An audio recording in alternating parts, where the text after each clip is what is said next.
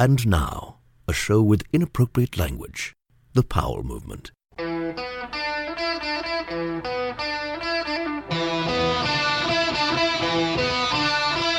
Welcome to the Powell Movement. I'm your host, Mike Powell, and I'm back in Seattle after 2 weeks of vacation that included a lot of Maryland blue crabs, a shit ton of skee ball, some good waves, and a lot of stressing about my interview this week. And for the first time in my podcast history, I didn't think the interview was going to happen. Luckily for you and me, I was able to abort my plan B, which was an interview with myself done by my broadcaster cousin, Tom Kolker, and I have a legendary guest for you on this week. I'm talking about former BMX racer and dirt jumper who transitioned over to the world of mountain biking to become a living legend. I'm talking about Darren Berrecloth. You may know him as The Claw. And this interview is a snapshot into his life and what's next. And it features some great inappropriate questions from Freeride Entertainment's Derek Westerlund.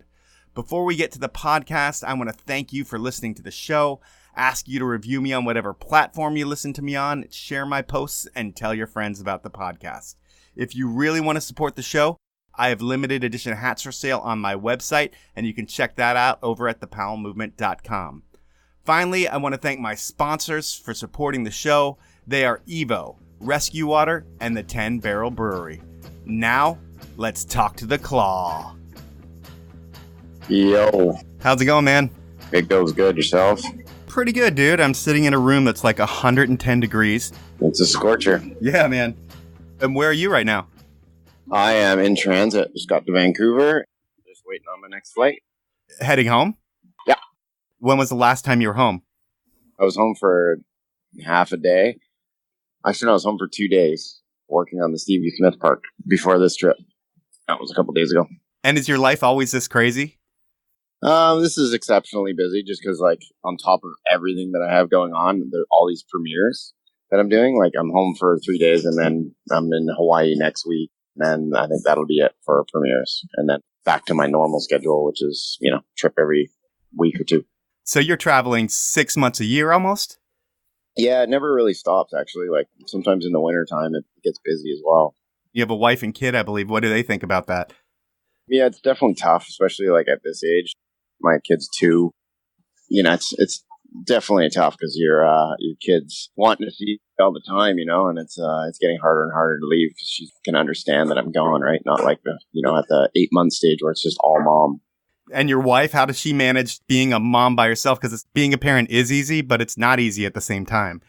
Yeah, absolutely. It's not an easy job and stressful, and you just want to rip your hair out some days. And having your spouse around is definitely a good thing to take the load off and share the burden. But we're pretty fortunate. We have good family support nearby. Like, my parents are 10 minutes away, and her parents are like 40 minutes away. So we're pretty fortunate that way.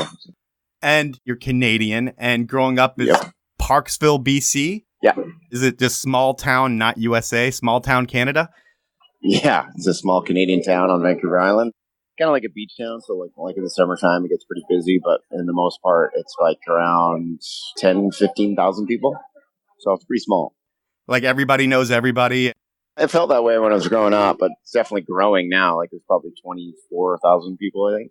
And then your last name, is there First Nation blood in you? Because I hear Berrecloth and I think so, but I don't know anything. I wish I had my status because it would be awesome. I do not know of any native in my blood. Although my grandpa always said that his grandma was an Indian princess. Okay. Because I would think that with a last name like that, you could have killed bears and made clothing out of it, and that's how you got the last name. Right? There you go. Being Canadian, did you play hockey? Actually, you know what? I played it when I was really young, but then I got straight into biking and kind of doing my own thing. I never really liked people telling me what to do, so I like doing my own thing. You come from money or come from lower class, middle class, upper class? What was your life like growing up? Definitely middle class. When I was a little shit, tons of energy and just didn't want to listen to people and just wanted to do things my own way. Nothing's changed there, but fuck authority attitude? For the most part, yeah. That gets you in trouble a lot? Yeah, average, maybe a little above average, but managed to steer clear of getting myself in any real trouble, which is good. Biking definitely saved me. That's for 100% sure. Did you see yourself going a different way if biking was there? I mean, could you have been a bad kid? Yeah, it's like every kid. If you don't have something to take your energy away from doing bad stuff and hanging out with the wrong crowd, you're definitely going to fall into that life. And, when you're young, that's when you're setting yourself up for habits and traits that are going to affect you the rest of your life. So it's super important at that age that you have the right direction and people around you to shape the way your life's going to end up. When do you get on a bike? How old are you? And when do you feel it take over? Take over like around 11. I started my first BMX race. I think I was 12. I started BMX racing, and then like around there, then I had a mountain bike as well, and then I dilly-daddled in mountain bike and BMX. And then, in my older years, like when I was in my late teens, mountain bikes just couldn't hold up. Like I kept breaking them, and I couldn't afford it. Like they were just too expensive, right? So then I just, had a shitty BMX.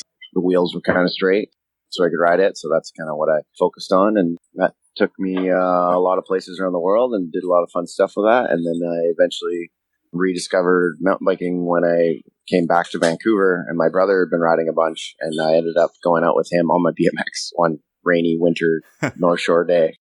My wheel fell off because it was so bumpy, and I ate shit super hard, but it didn't deter me. I was more motivated to get on the freaking mountain bikes just because, I fell in love with it again just because how rad it was and, how it changed since I was a little kid, right? Yeah, and your BMX days, I mean, are you strictly racing? Are you in the parks at all, riding transitions? What are you doing? Well, like when I was younger, I was really into BMX racing. Like I was like top 10 world for racing in my class. And then I was always well into dirt jumping. Like I went to Gravity Games and, did all the dirt jump circuit and stuff when I was 19. And there was money in BMX. And are you talking like I want to say what, Nastasio days and Rooftop and those dudes? Absolutely. So there was money in biking then, because biking has kind of gone up and down, especially in the BMX realm, because it's kind of small, tight knit. And were you able to get paid as a BMX either dirt jumper or racer?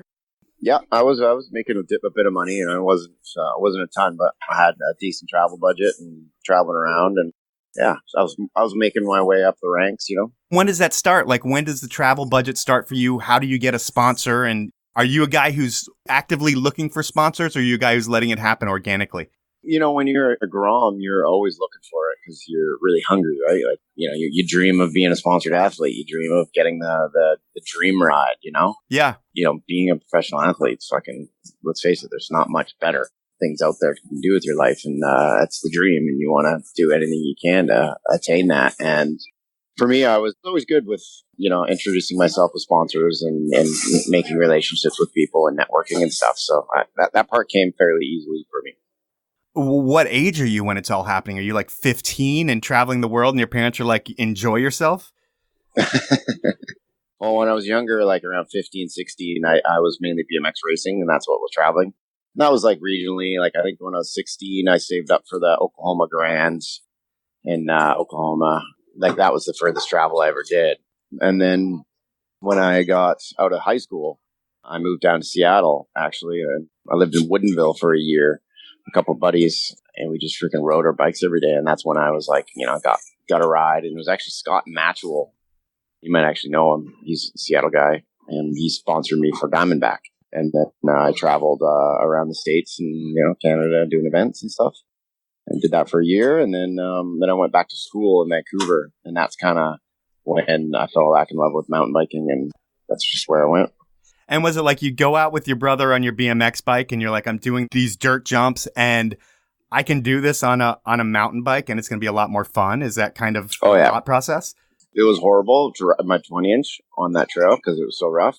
But I saw like how the trails were and how everything was changed. How people were riding them. I was like, fuck, this looks sick.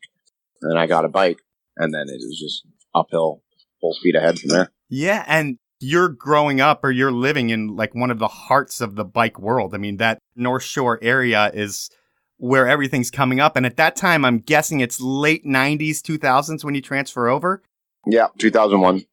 So you're hitting all the dirt jump contests, and they were huge back then between Gravity. I don't know if they had one at X or not. Yep. Do you hit the Woodwards as well? Yep. So you did that world, and then you totally graduate to another world that's more fun. But you said you went to school as well. So is there college in there? Yeah, I went to BCIT for a year to become a tool and die technician. And it's actually a funny story. I kept on getting fired from my work placements because I was like, I want to go to this contest and I want to leave early. And I'll never forget it. There was this one job I had, my last one. And he was like, if you leave early on Friday, kiss your job goodbye. And it was that day on Friday. I was like, well, see you later. Because it was actually the very first Crankworks dirt jump contest. And I was like, fuck, I'm not gonna miss practice. I'm freaking ripping up the later, dude. I want to ride my bike. And then that following Monday, my counselor brought me into his office and he's just kind of like scolded me. He's like, you know what, Darren, you really need to forget about this mountain biking thing. It's childish and you really need to wake up and smell the coffee and realize that this biking is, for kids and, you need to focus on your real life here. And I said, you know what? Slipped in the burb and walked out and never looked back. I wonder where he is now and if he's aware of what you've been able to do, because when you're in that position, a lot of people, parents and adults, can look down at you and be like, hey, man, only 1% of the world's going to get to do it, and it's not you. And you ended up being that 1% and made it happen, and it must be kind of funny to you now. Yeah, it's pretty interesting. And you just never know if he was aware or not, but I would imagine no, unless he's a mountain biker himself and probably giggles. So you hit that Crankworks, and is that your first big contest that you're going to where the features are ridiculous? That was actually the first joyride, and it was a dirt jump contest, and it was a mountain bike one. That's when I just switched over, so I was like super keen and hungry to meet everyone and shred and, just show everybody what I got, Does anybody look at you differently because you're the BMX dude coming into their world? Oh, 100%. There was quite a few of not quite a few. For the most part, mountain bikers are absolutely amazing and super warm and welcoming. That was the one thing that I initially was just like, holy cow, in BMX, everyone's not this friendly. Like literally everyone welcomed me with open arms. There was like one or two people that were like, ooh, you stupid little BMX kid, but for the most part, this was pre-BMX being so cliquey. Yeah. Right now BMX is super cliquey and, there was still a little bit of cliquiness and it wasn't as friendly as the mountain bike scene. And the mountain bike scene's still just as friendly and hasn't changed, which is, in my opinion, great.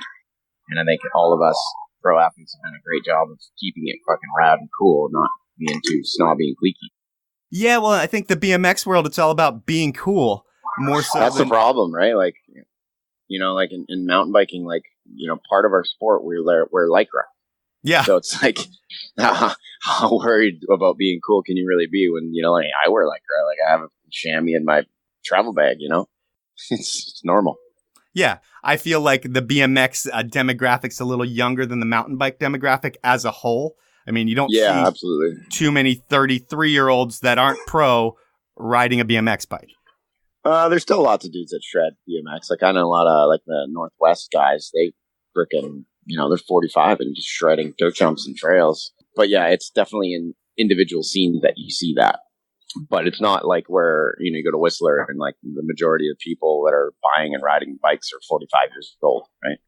And it's just much more attainable to anyone to get on a mountain bike because whether you're going to get gnarly on one or not, you can still have fun on one. I guess you can do that with a BMX bike, but the perception is if you're getting something and it's got pegs or a gyro, then you're going to actually have to do some tricks. Absolutely. Yeah. And then I know for me, I don't know about anyone else, but for me, BMX freaking hurts my body.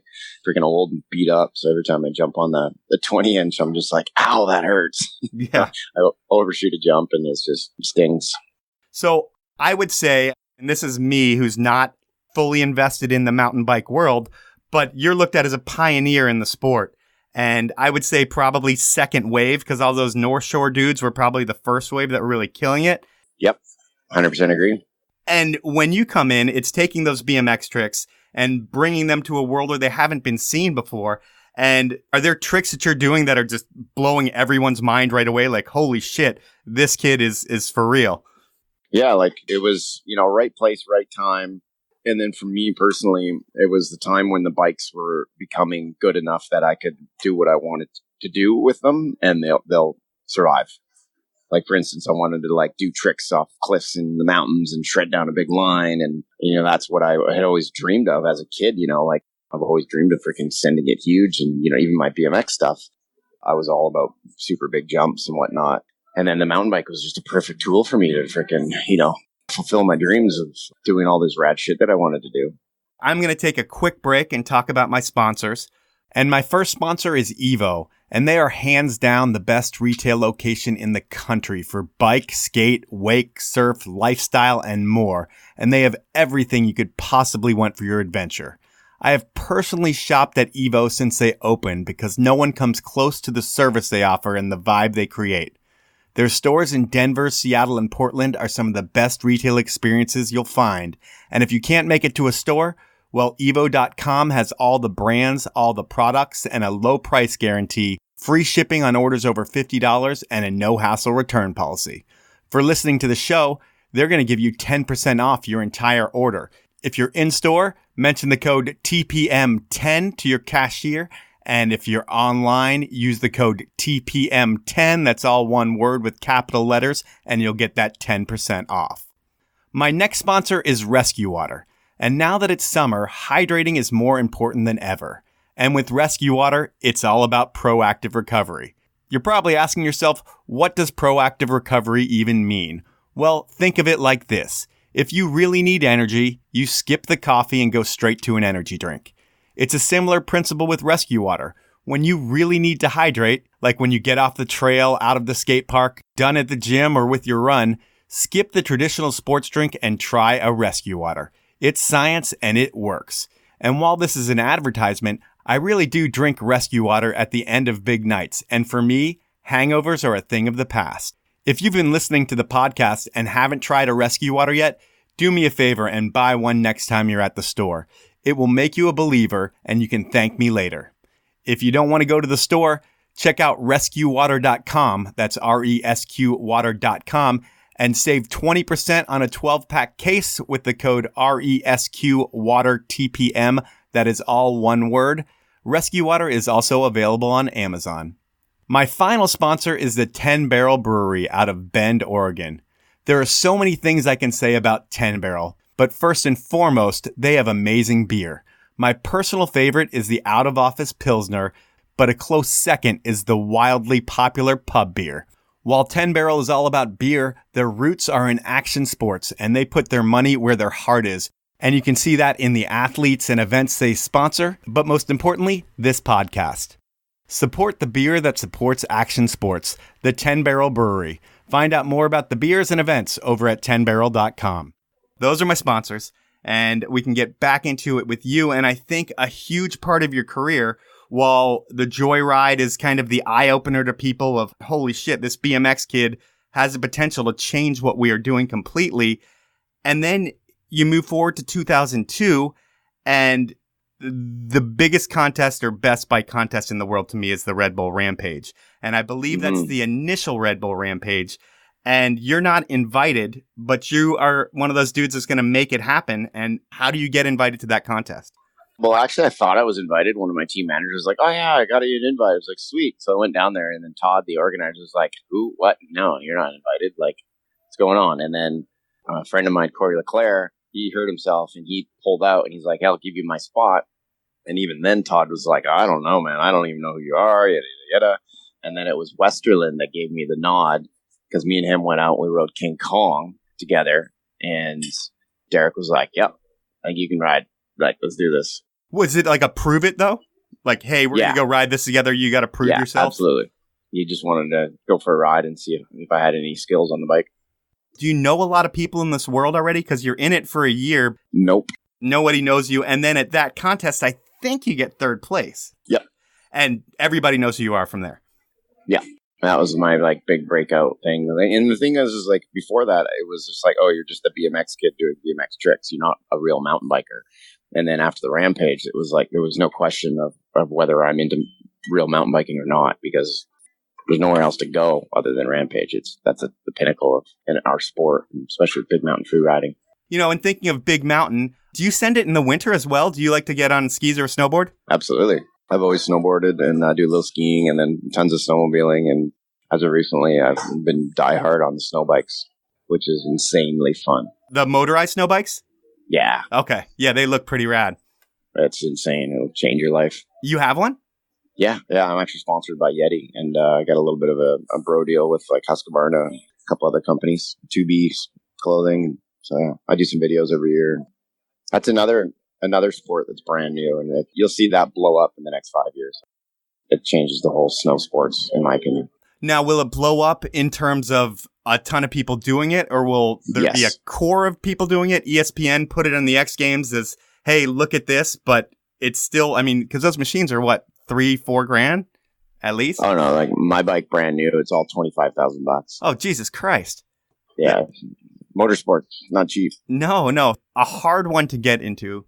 But then again, you look at a top-end DH bike or a trail bike that's $10,000 and doesn't have a motor. Yeah, true. The bike industry with the high-end bikes, it's really amazing what they go for. It's like, you want to get a car or do you want to get a bike? Yeah, totally. But back to the Rampage. So that first Rampage was different than the rest, I feel like. Maybe the first couple, I'm not sure, but... It was actually the second one was the one that I went. And the second one, was that still no features really built? It was more you guys picking a line? Yep, it was all about picking the line, and it was actually Brad Ewan, the announcer. I knew him from back in my BMX days because he had a contest years ago, and he's like, man, why don't you make a jump and like do some tricks or something? And I was like, yeah, I've been wanting to. And I went in there and I found like this little jump, and I did a Superman seat grab off one of the jumps, and that was people were like, what? Just what like a trick, really? And that was kind of like the first trick in Rampage. And that's when things like, you fast forward to today and like, I'm up on the Rampage course and I'm like shaking my head. I'm like, man, what did I just create? Because, it's just getting mental now. And you've got to look at it that there's a ton of risk in what you do.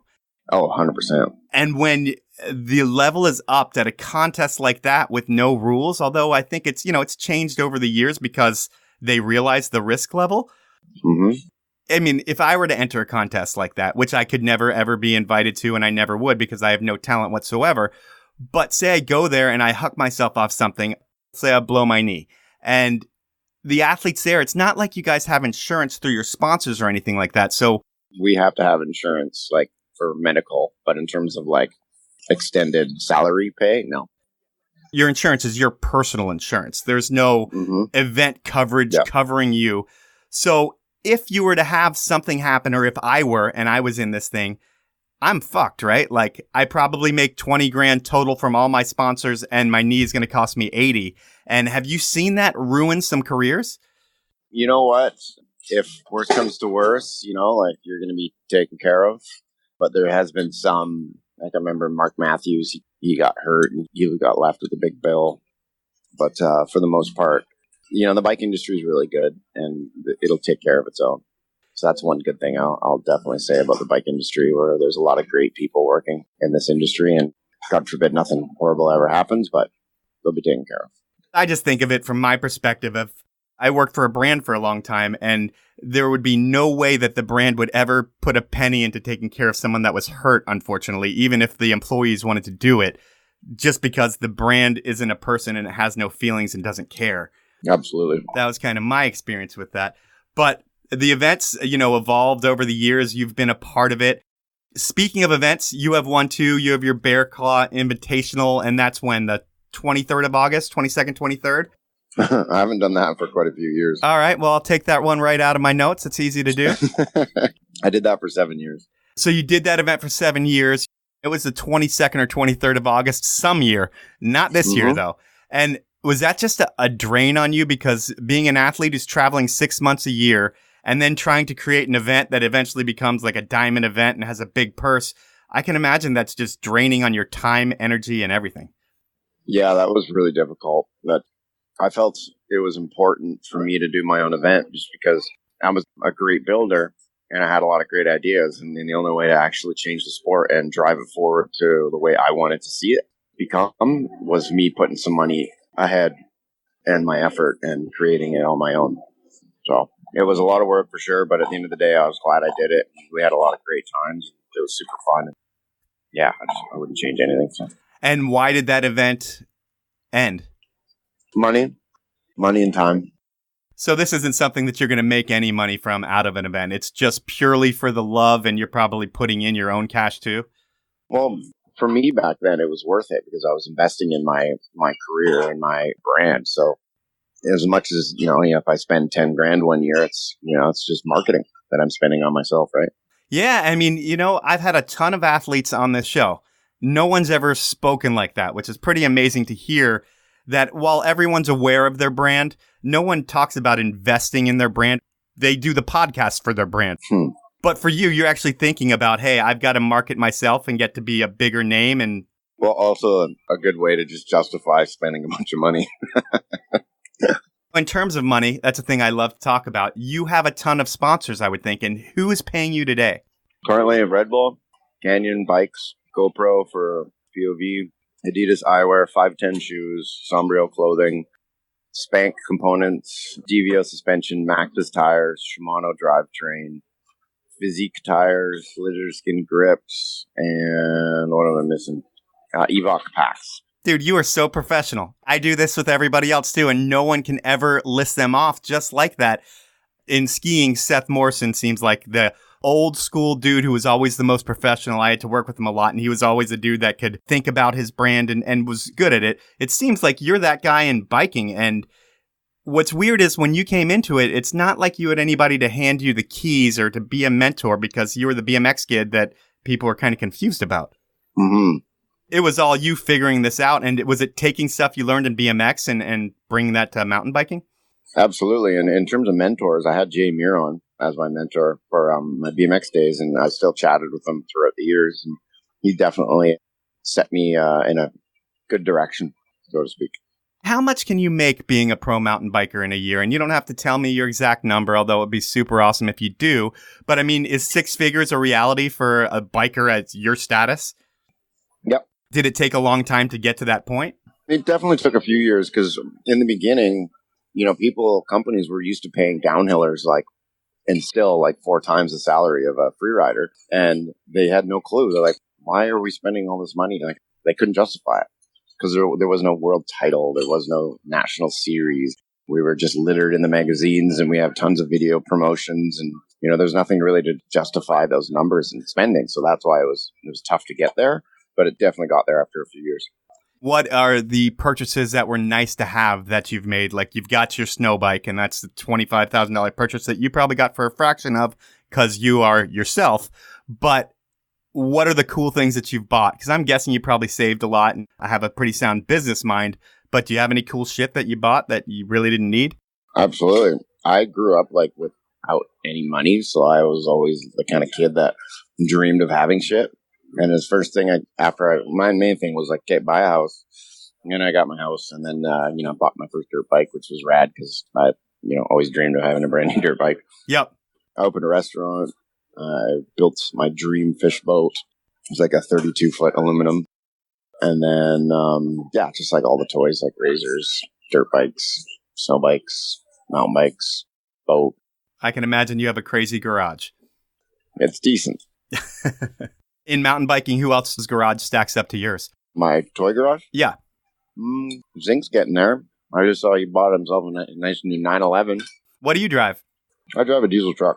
I'm always towing boats and excavators and stuff. So. And your first pad that you buy, do you have a dirt track built in your backyard like I would think everyone dreams of?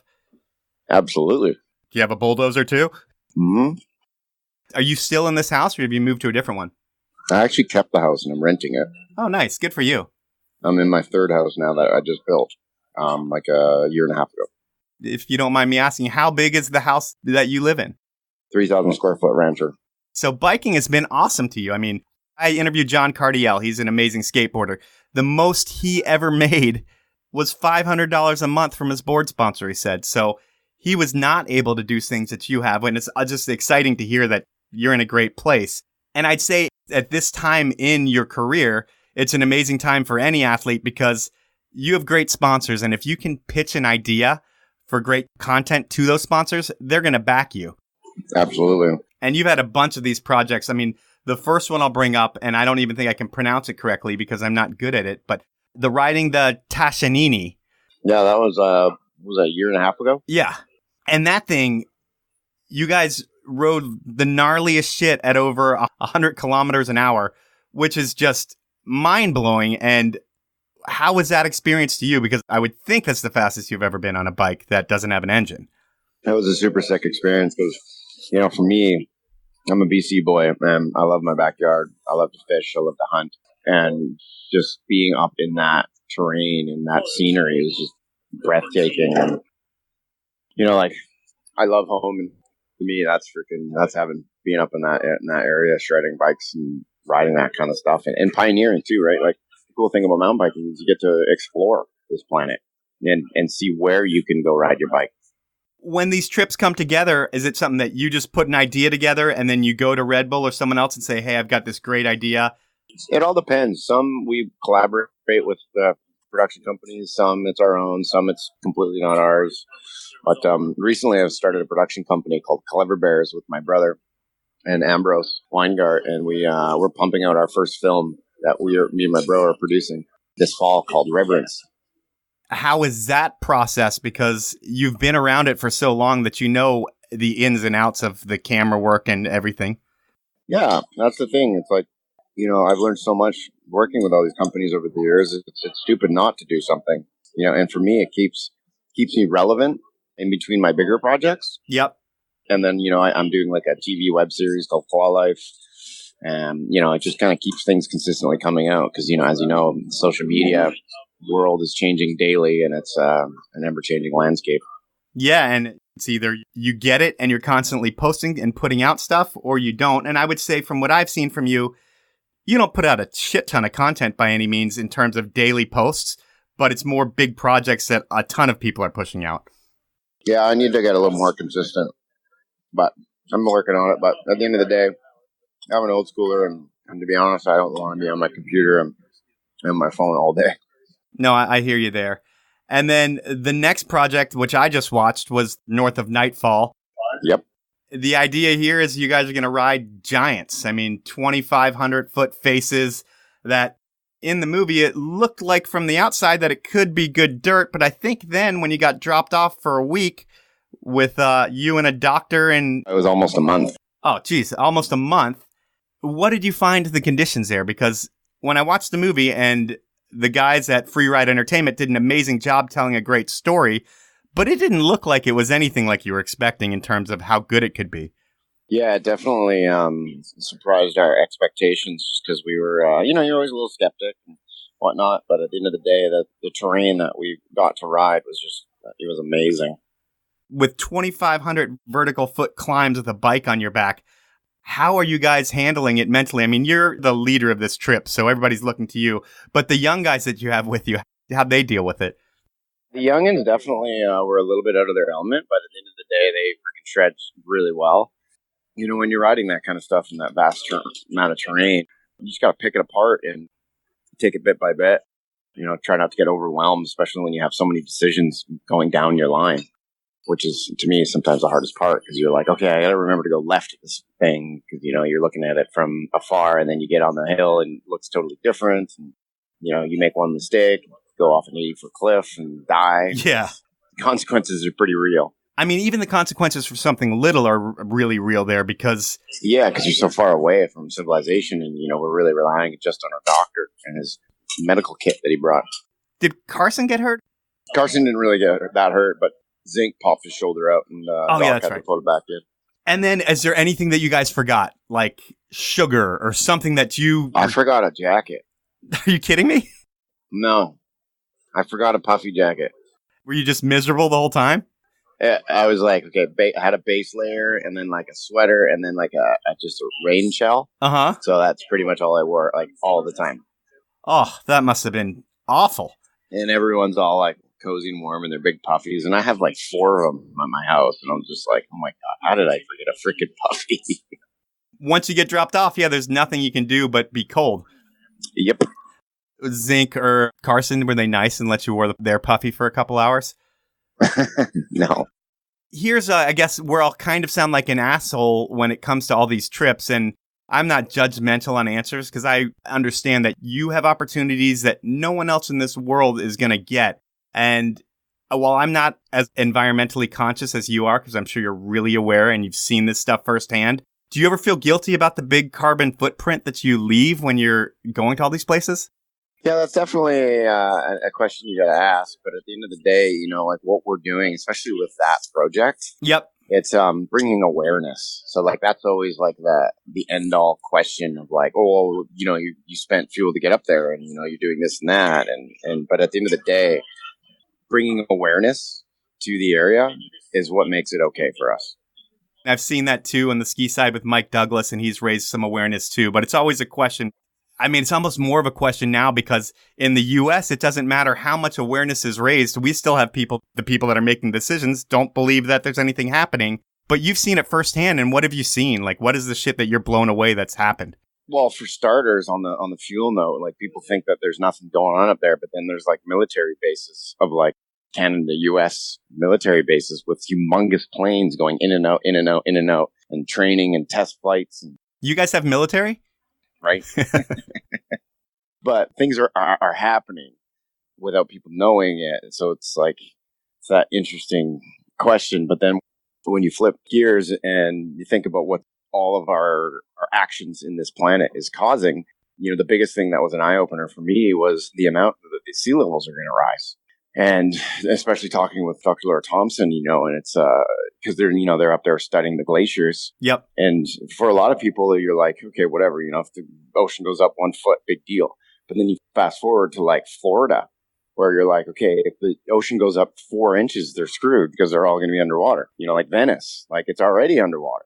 With this country, with my country, I think it's going to take Florida being underwater before people say that something's really going to happen in our government. It's insane that like the head of your government is simply standing by and saying, no, it's not happening, is mind blowing, like absolutely mind blowing that like someone could be that naive. I know. And, us going up there and showing more awareness that this stuff is actually consequences are happening from our actions, and we need to get off freaking coal and all that stuff. Like those are like the big polluters. And those are the huge issues that we need to address now. Versus, Trump going in and expanding coal production and using more of it just to make more money is like, whoa, dude, like give your head a shake. So guys like us spending a little bit of fuel to get up there to get more awareness, I'm totally fine with that. I am too. And I mean, you're right. It's all about making money. And while our economy and stock market looks really good, all the moral things that people care about in this country or once cared about seem to be decaying. But we don't really need to talk about politics. We'll go back to the movie North of Nightfall. And what's nice about that movie is, I don't want to say you're stepping down, but you're passing the torch to the next generation. Absolutely. Where you had none of that.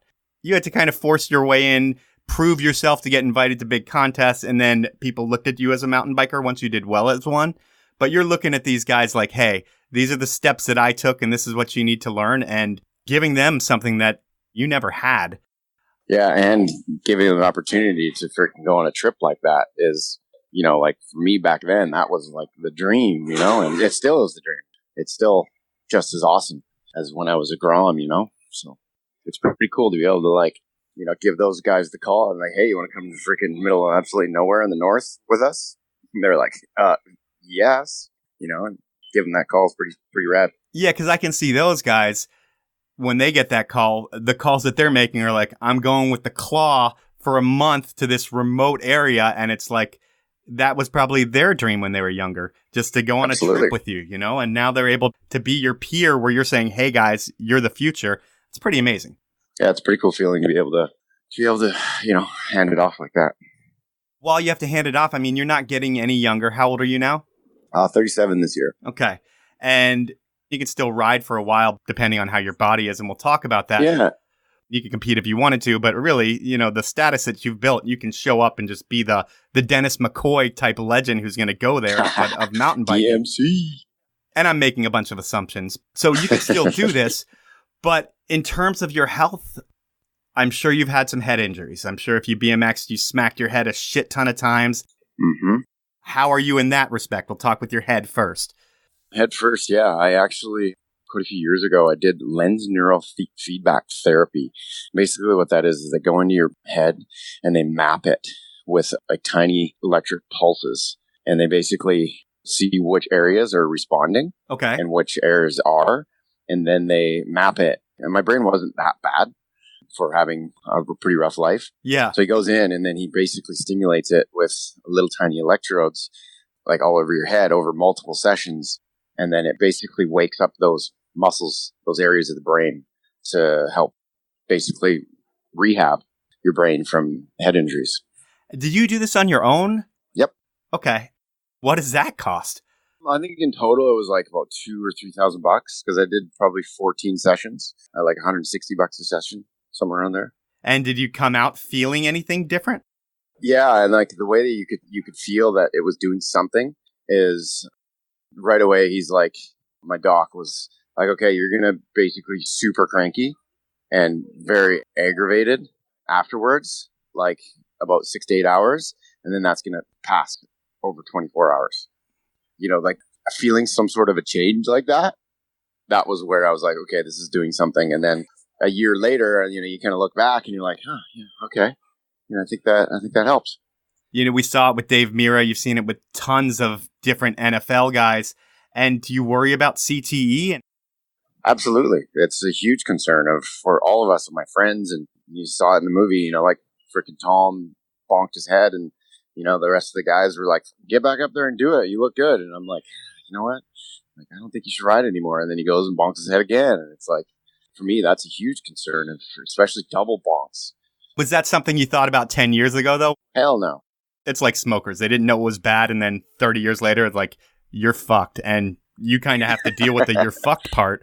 Yeah, absolutely. You need to figure that shit out and deal with it and prevent it. And on that note, I partnered up with Cali Helmets because I feel that they have the safest helmets out there. And, you know, I'm definitely stoked to be working with that brand just because we're, you know, moving forward with new technologies and just pushing the limits and boundaries on head protection, which is great. That's the next wave is going to be helmets. Maybe they'll look the same, but with technology in them that we've never experienced before. And I would think that's a hot button for everyone. Absolutely. And you know what is one of my biggest pet peeves of freaking Pickett with the 20-inch crowd? Wear a freaking helmet. I remember when I was younger, if I was going to go shoot for, say, Ride BMX, I couldn't wear a helmet. Just because it wasn't cool. Yeah, it doesn't look cool. So therefore, I'm out doing all this gnarly shit, and, you know, I can't wear a helmet if I want to get published. The only magazine that was adamant about publishing helmets was Booth at BMX Plus, which, to me, I think that needs to be completely changed, and everyone in the BMX industry needs to give their head a shake and smarten up, because that is stupid. I'll say that back in the day, I didn't think helmets were cool either. Me neither. And any street shot that was put out, I mean, if you're in a park, I have no problems with anything with a helmet because some parks make you do that. But any street shot out there, I didn't want to see a helmet.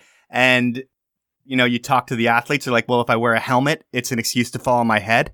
I get that thought process. But now in this day and age where the brain is, we realize that they're so important. Yeah. I mean, it's just ridiculous that people don't wear helmets, but some people still don't, and whatever, to each his own. Yeah, and then guys like Aiken and freaking TJ, you know, like your sports heroes have been taken down from head injuries. And it's like, dude, like this is real. Freaking riding on rock hard dirt and concrete and pavement, even with a helmet, sometimes it's not enough. It's easy for you at 37 and me at 44 to say that, but when you're 19, I think that's a harder pill to swallow. But the thing is that it's the perception, and it starts with people like at the magazines that makes the policy. For sure. Whatever they say goes. Because if they said, you know what, we're not going to freaking put any more pictures of people without helmets in the magazine, what do you think the industry is going to do? It's going to follow suit. Now all of a sudden, freaking helmets are cool. That's the problem. We need responsible people to freaking be in charge. This is coming from a guy who's probably the only person that when they want to put a course on Windhold at the Rampage, you're like, nah, fuck it, man, I got to go. The reason I went on that one, I'm usually like fully anti-wind. And the only reason I went on that run was because numerous reasons, but I was sheltered. Like my big drop, it was kind of tucked away in the corner so that it didn't get affected by the wind as much, but I definitely felt it on the ridge.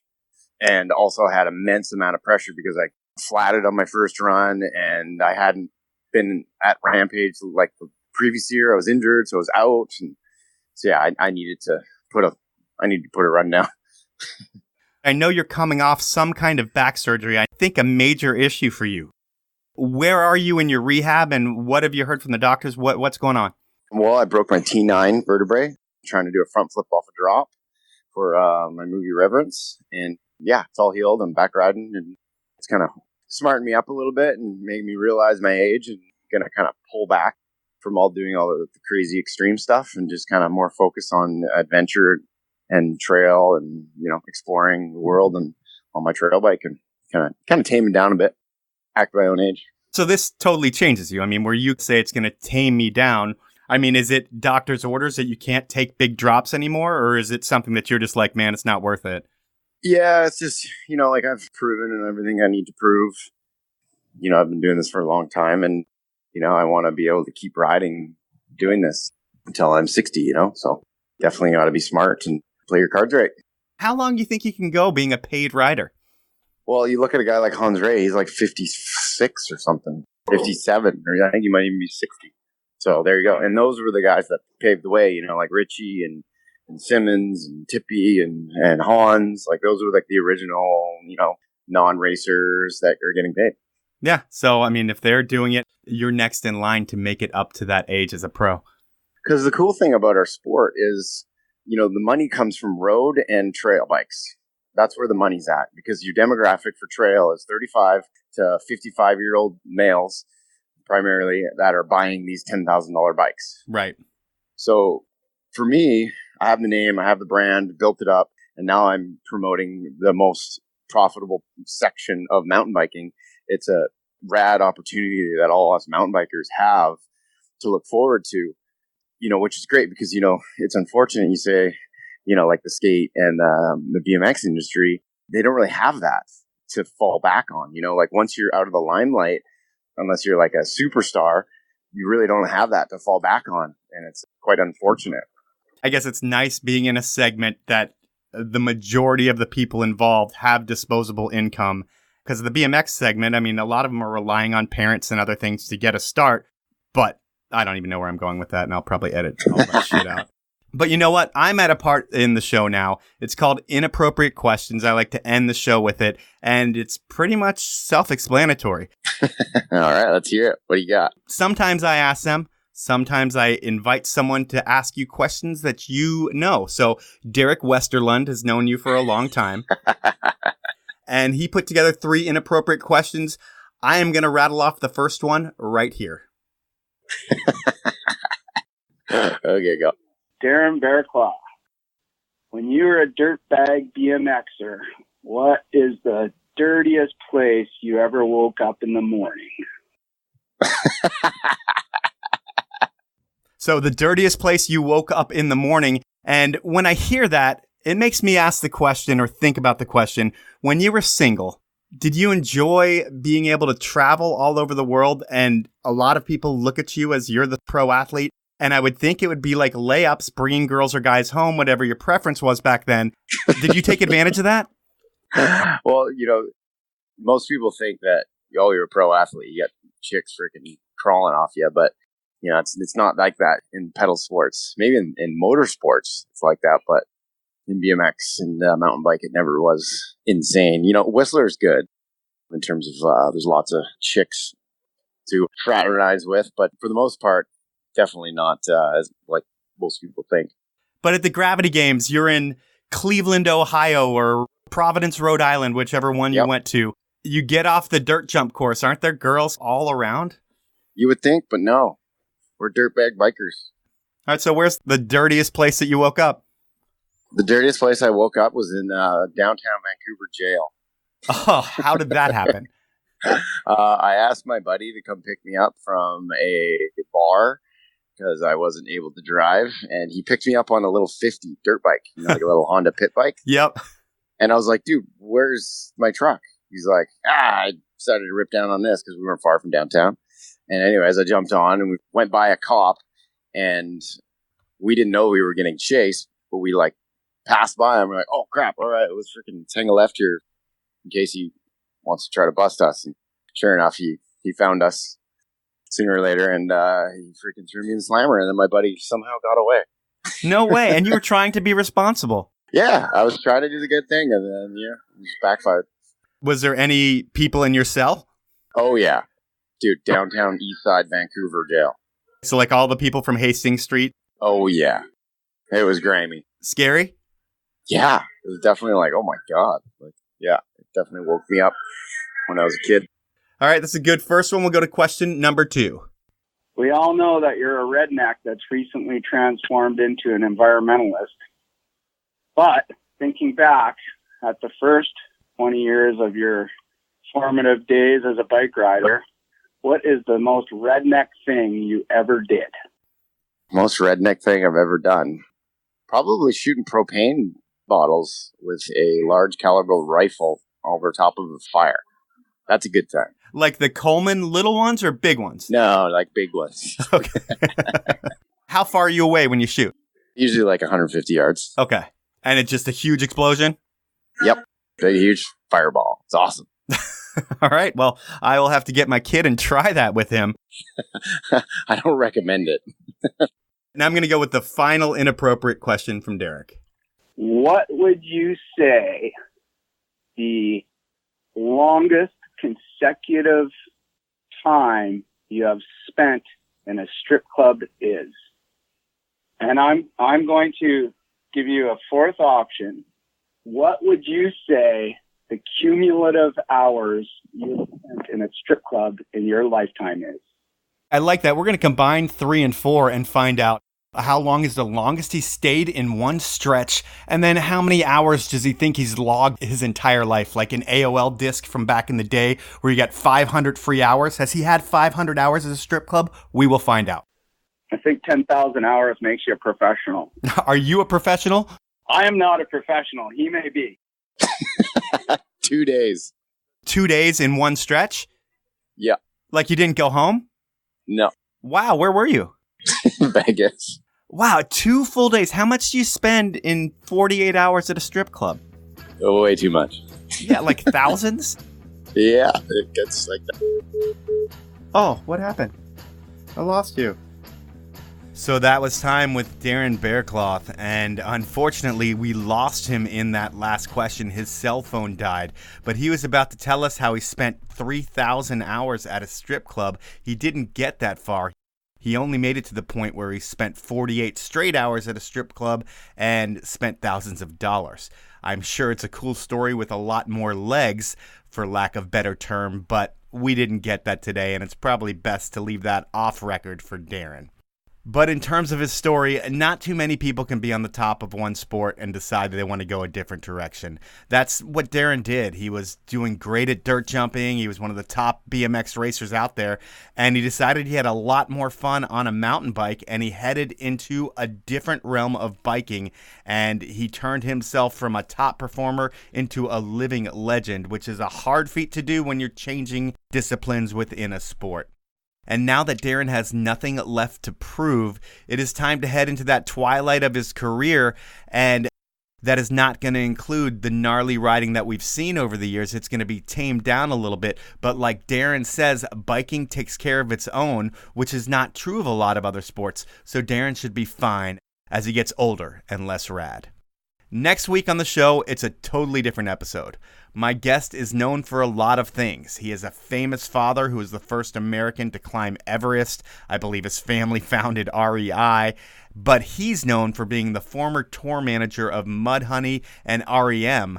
And most recently, he starred in a documentary that looks at a climb that his father and Bobby Kennedy did 50 years ago, and he and Bobby Kennedy's son revisit this year. It's a hell of a movie and an interesting story, but really the great part of this interview is Bobby Whitaker is one hell of a personality who's done a lot of shit from skate to snow to music. He is a legend in the Seattle scene, and I think all of the music scene, and he's a legend not for playing music, for being a personality, and we will talk to Bobby about his life and times. That's next week. Until then, please review me on iTunes or whatever platform you listen to me on, and tell your friends about the show. Finally, I want to thank my amazing sponsors for making the show happen. They are Evo, Rescue Water, and the 10 Barrel Brewery. Have a great week, everyone.